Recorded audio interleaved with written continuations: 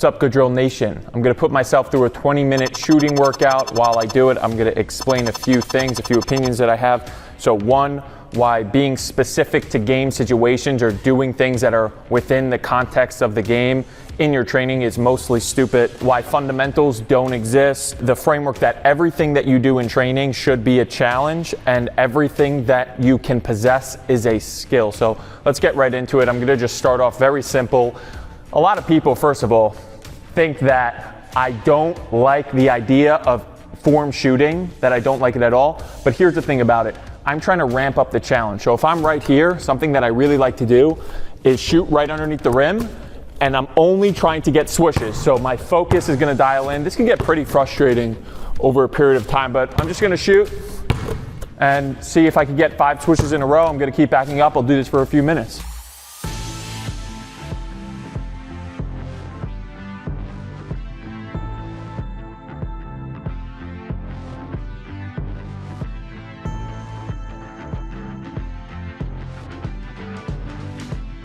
Gets pretty frustrating, but the frustration is what leads you to really lock in. Dang. Gotta just get 5 in a row. Not crazy. Oh my goodness. Oh my goodness. And this is what you want, right? You wanna be, I could do this easily, but you wanna be at a point where it's very difficult for you to succeed. You get a few failed sets or reps of a drill. Oh my God. No, it's 5 swishes, Gabe. No, I didn't, Gabe. I am the basketball guy, okay? 4. Beauty. Back up. And I like starting with stuff like this. Not with players in the gym, because that's not what they're there for. I'm not here to be easy. I'm not here. I want you to come to the gym prepared. And if you're not prepared and you look crazy in workouts because you're not ready to go, that's the ultimate feedback, right? You're not prepared for game-like situations. Like, what do you have to do by yourself to make sure that you are prepared? So I don't think that this is back to my talk, I don't think that this is like a fundamental of shooting. Like, form shooting is fundamental to something else. That would kind of insist that there's some type of like hierarchy of you have to do this, then this, then this, then this. And I just don't believe that to be true. I believe that to be a great shooter, you have to have a certain amount of skills, right? So you have to have touch. You have to be able to make wide open shots when nobody's in the gym, right? You also have to be able to make different shots. You have to be able to shoot when you don't know you're gonna get a shot. You have to be able to shoot off the dribble. You have to be able to shoot pull-ups. You have to be able to shoot when people are in your face, right? So it's like, I don't really ascribe to fundamentals. I ascribe to what are the skills that you need. What are the skills that you're lacking? And what is your ability to find those skills? And then what are you doing to actually pinpoint and work on those skills in your training? So I would keep backing up, do this for like 3, 4, 5 minutes in a 20-minute workout. And then I'll get into more dynamic stuff. Balance. So balance is one thing that's important. So I'm gonna start at the elbow, 1 dribble, float out to the other elbow, shot. And look, I haven't shot in a little bit. Don't worry about it. I'm just gonna keep going. I'm gonna do this for 5 minutes. I'm not doing it for reps. I'm not doing it to check a box. I'm doing it to really get a feel.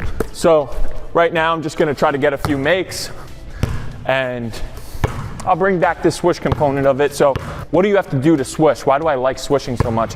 It's not that hard to make.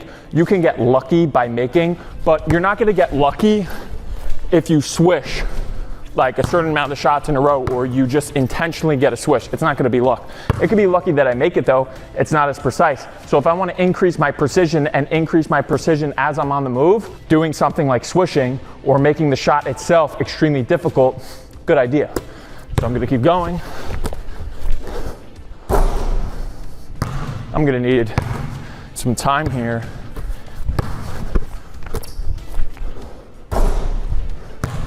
You see guys like Patty Mills, KD, do stuff like challenge your ability to move, but there's a focus. So it's like I'm failing every rep. So what do I have to do? What are the adjustments I have to make to get a swish? When I get a swish, what's the feedback like, right? 2.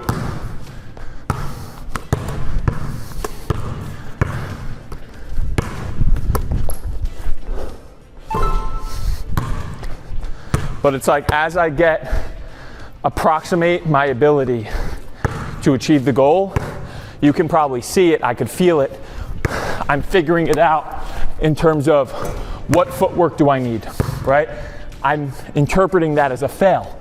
Most people would just say, oh, everything that's good is a success. No. Right now, there's such a low stimulus for myself that I put the bar higher. It's not just making, right? To fail, what happened? Why did that not swish? Again.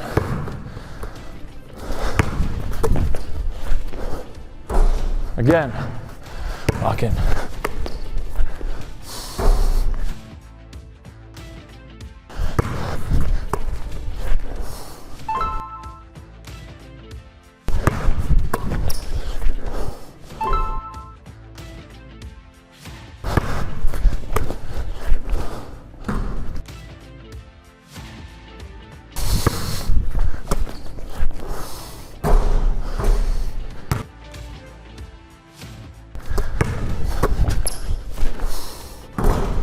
So I would keep going, make sure that I'm really dialed in.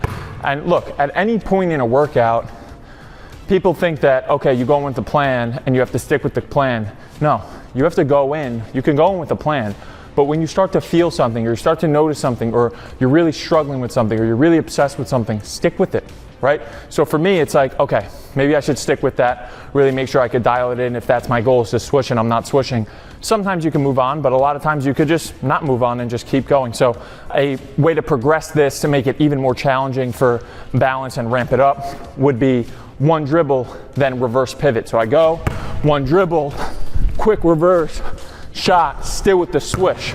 So it's like when balance becomes the rate limiter to you achieving the goal of swishing a shot, then what's going to happen is you don't even have to think. Nobody has to tell you to get low. Nobody has to tell you how to shoot.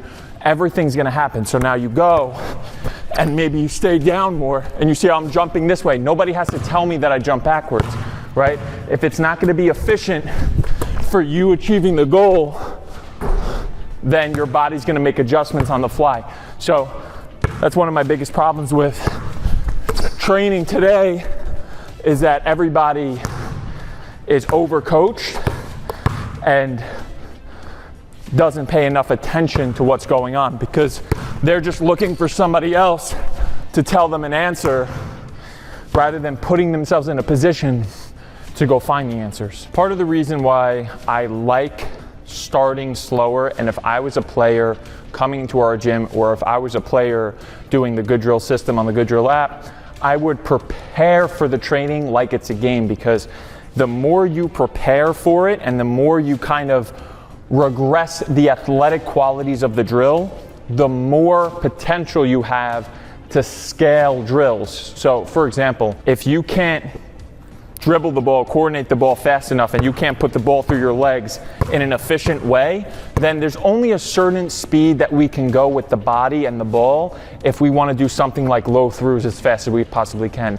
Or if we're going to do a drill like this, where I start on the baseline and I throw it out, I got to get it in one bounce and go as fast as I possibly can, right? If I'm not good enough with the ball to put it through, then there's a cap of the level that we could challenge ourselves at. If I can't jump high enough to do an E-spay, it's going to be difficult to work on E-spay. So the athletic end and the efficiency end.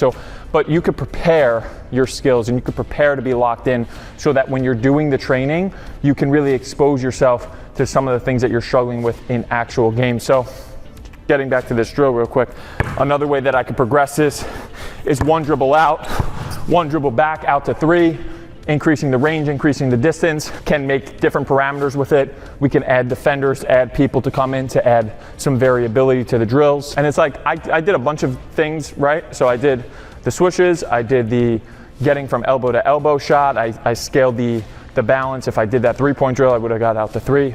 Something that you really need to make sure that you're doing is getting in live reps with people, because that's the ultimate variability. And in actual games, you don't know a couple things. You don't know what the defense is going to do. You don't know when you're going to get a certain shot off, and you don't even know if you're going to get a certain shot off. So you have to kind of bring that, that's a skill, bring that demand to your training with live play.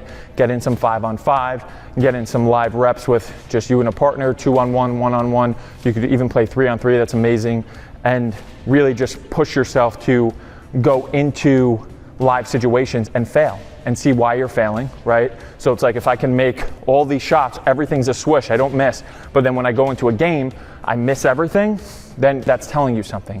That's telling you something, that there's something about the game that is different than your current training, and you have to adjust what you're doing in your training to prepare yourself for the game. So a few things here. You're preparing yourself for training, and then when you're in games, you're using that feedback to adjust your training. There's no magic blueprint. There's no like perfect thing, right? What we advocate players to do is pay attention. Pay attention to what's going on.